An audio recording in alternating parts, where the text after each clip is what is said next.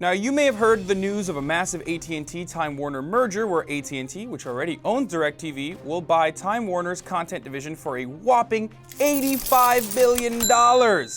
It's becoming more and more common. Mega mergers like this of AT&T and Time Warner, Comcast and NBC Universal, Google and Android, they call it vertical integration, where two seemingly very different business entities merge in order to streamline a product.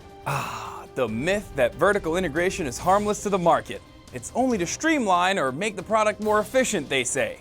As a result, CNN, Warner Brothers, HBO, TBS, TNT, and more will now be owned by AT&T.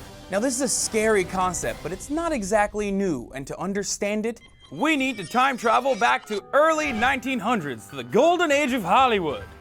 Well, golden if you're not black, Latino, gay, lesbian, trans, or a woman, but that's beside the point.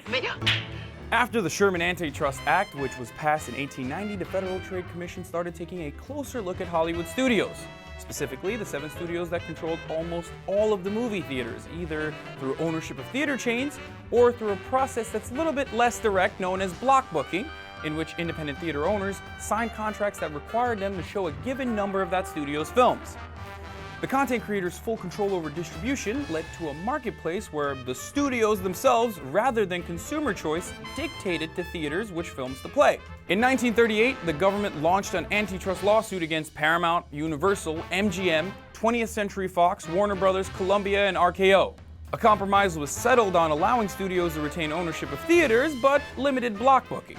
This half-assed compromise was met with a backlash led by a small group of little-known independent producers that included Walt Disney, Charlie Chaplin, and Orson Welles. Now, together, they successfully brought a lawsuit leading to the pivotal 1948 Supreme Court decision that declared the studios guilty of violating antitrust law, effectively ending the old Hollywood studio system. And it's a good thing they did, because as a result, independent producers could finally compete on an even playing field with major studios for audiences and actors. If several studios own the entire fault line from creation to distribution, your options as a consumer are limited to those studios. It's not an environment that fosters competition or diversity. And again, diversity wasn't really an issue old Hollywood paid attention to. Glad we totally fixed that problem now. Hashtag Oscar so white. But back in the day, that was our primary source of entertainment. Today, most of us access entertainment via the internet.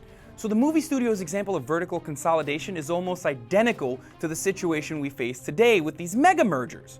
Only this time, it's distribution platforms, which in the case happen to be the ISPs, instead of theaters, buying out the studios. But if you still have a hard time grasping the severity of this concept, let's take a look at a more recent example of price fixing and the problems that arise within mono and oligopolistic structures through the lenses of Italian eyewear giant Luxottica. See what I did there? That was an eyewear pun. Okay. The $8.5 billion public company owns 80% of major eyewear brands from Ray-Ban and Persol to Chanel and Prada. Luxottica also owns close to all the franchise retail stores that sell glasses and even the factories that manufacture eyewear.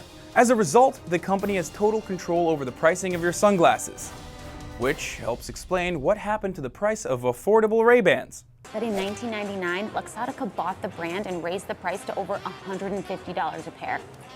Quintuple what they were. And thanks to Luxottica's monopolistic power, whenever a new player enters the market, they can force the company into submission, drive down its valuation, and eventually buy the company at bargain basement stock prices, even if the company never intended to sell. When Oakley tried to dispute Luxottica's pricing, Luxottica retaliated by dropping them from all their stores. Oakley's stock price collapsed, and Luxottica swooped in and bought them out. Luxottica has so much power that when a company didn't play by their rules, they brought them to the brink of destruction, then took over that company.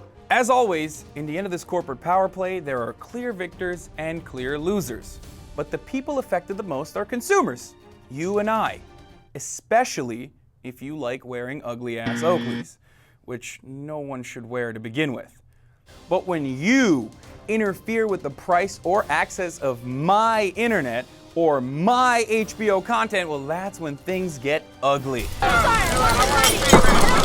But if you'd like to learn more about monopolies, oligopolies, their historical significance in the marketplace, and why we in the US are no longer enforcing antitrust laws with the same rigor we used to, check out the second part of the series called Breaking Down the American Monopoly, Part 2, American Oligopolies and Their Marketplace Implications. I'm Hassan Piker, and this is The Breakdown.